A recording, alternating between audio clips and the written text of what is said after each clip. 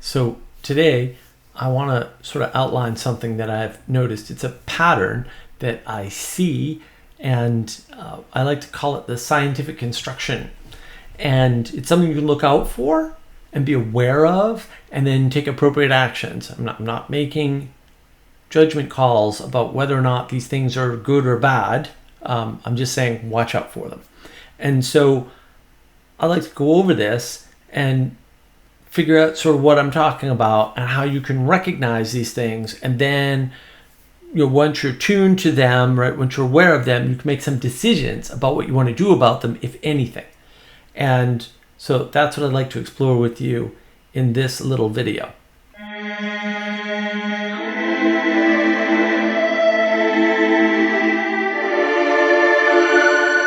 So when I say scientific construction, what am I talking about?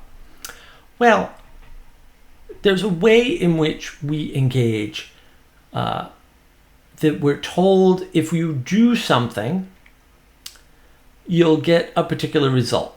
And right, so there's like a system for attaining something, and we usually say it's a good thing, and so if you do that, this is what's going to happen. Now, I'm specifically talking about the positive case here, not the negative. Like, if you do that, then it's always going to result in you dying, right? Like that's different, but it's related. So what you do is you propose something as a good. You say, all right, this is a good thing. Whatever this is, it's good. And you clearly define it. Right? You say, this is exactly what it is that is good. Then you build a system for attaining it. This doesn't have to be a real system, by the way. So pickup artists do this all the time, right? They say, going out to bars and picking up chicks is great. It's a good thing. This is exactly what we mean when we say that, right? And then they've got the system for attaining it. Well, this is what you tell them. If they answer with this, you tell, right? And then, you convince people that if they did that, you'll definitely sleep with that woman, right? And this is a common construction that people are using. It's like a little formula. It's a pattern that people are playing out all the time. Propose something that's good, define it clearly, right? Build a system for attaining it. It doesn't have to be a real system. It can just be a sequence or whatever. And then convince people that if they did it, that result would be what they expect. Or what you defined. And so one example of this is, and there's lots of reasons for this that I'm probably not going to get too deep into, but there was a time when people, rightly, according to the science quote that they were doing, which wasn't very good science, by the way, didn't really account for like market forces and how the world actually works and reality and little things. If you got a degree, you'd make more money. And that would be fulfilling to you because success is defined by people with degrees. And, it's a hell of a proposal, right? You get a degree, you get a better job, you make $1 million more in your lifetime, or, whatever hook they've got, right? And all you have to do to do this, right, it's very clearly defined. You're gonna get a degree of this type, whatever type of degree, whatever field, it's very clearly defined, and then that's gonna give you these results, right? You build a system for attaining it. The system is you go to school, you study, you get you get student loans, right? You pay them off, right? It's gonna be very good.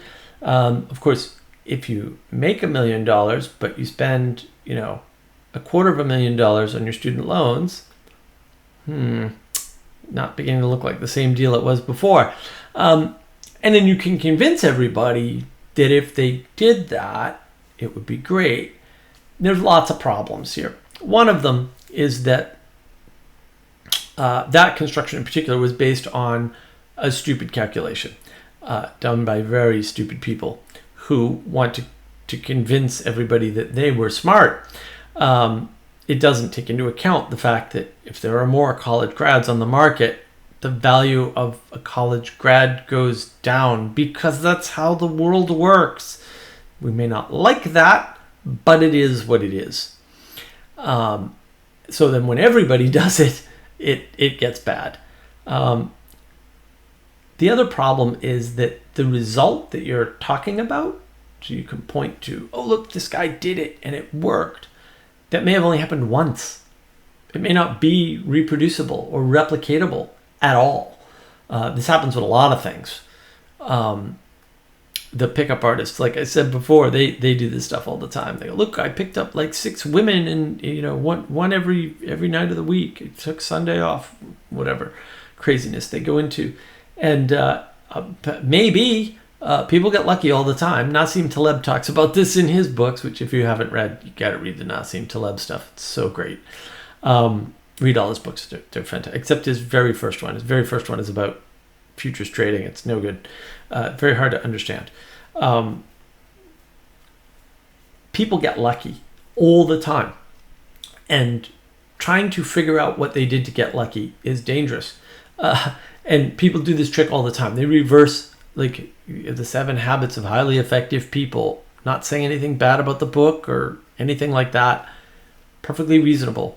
But expecting the result of being highly effective is a bit of a stretch, right? Because those habits were common among some pool, very small pool, by the way, of people, right? Who probably had other things in common that you don't know about. And so those habits with those commonalities formed success. However you're measuring it, doesn't matter. But maybe you're not starting where they're starting. Maybe you don't have the problems that they had that those habits fix, right? There's all sorts of ways in which those formulas can go wrong because they're reverse engineered. The other thing is that people tend to narrativize with post hoc rationalization, and they'll say, oh, the reason why I do this every day is because whatever. And when they're pressed on, like, well, how did you do that? They sometimes just make something up. I'm not saying they do it on purpose. Our subconscious mind does this for us automatically. But, somebody can produce a perfect good out of it. Say, aha, success is a good thing, right? You don't have to define success. Another trick, not defining words. They say, here's what I mean by success, right? You'll have more money, more girls, more whatever, right? Here's why it's good, right? So you can quote, define it clearly without actually, talking about what success may or may not be, because success might be different to different people, for example. It's not a terribly useful word. We'll go into the word salad at some point, I promise. I've got to do more work on that video, but it'll be posted here as soon as I do it. And they build a system. Again, it doesn't have to be a physical system. It can just be a process or whatever for attaining it, and then it trying to convince everybody. And then they point to an example, right? Look, it happened here. It can happen again. Maybe, a comet could hit the Earth tomorrow too, though, with maybe the same statistical likelihood for all I know. And that, these are the constructions you have to watch out for. If someone's saying something is a perfect good and they're, quote, defining it clearly without using, enough detail or using details that may not apply, because something like success, you can't apply to success to a group. It's not possible. Success means different things to different people for different reasons. It's a very fuzzy word. It's a very, very fuzzy word. So if I tell you you're going to meet with success, if you just do this one thing, you're going to be disappointed because I don't know what success means to you. And maybe you don't even know what success means to you. That's possible. That happens all the time too. But I just promised you success. And then I say, look, well, success means that you're going to be happy and you're going to make more money and things are not going to be a problem for you anymore and you're not going to have to worry about whatever, right? And all those things may sound like success, but I'm not actually saying anything. And I can give you a system for how to enact that version of success. And if I just convince people, done. But that's what you have to watch out for. Are they talking about a perfect good? Are they defining it, quote, clearly? Are they giving you a system for attaining it and then trying to convince a bunch of people that what would happen if they did it, something to watch out for. It might be true. I'm not saying that it's always false or it's always a trick, but it's something to watch out for. It's something to not be fooled by.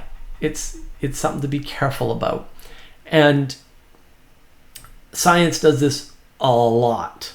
They do this all the time.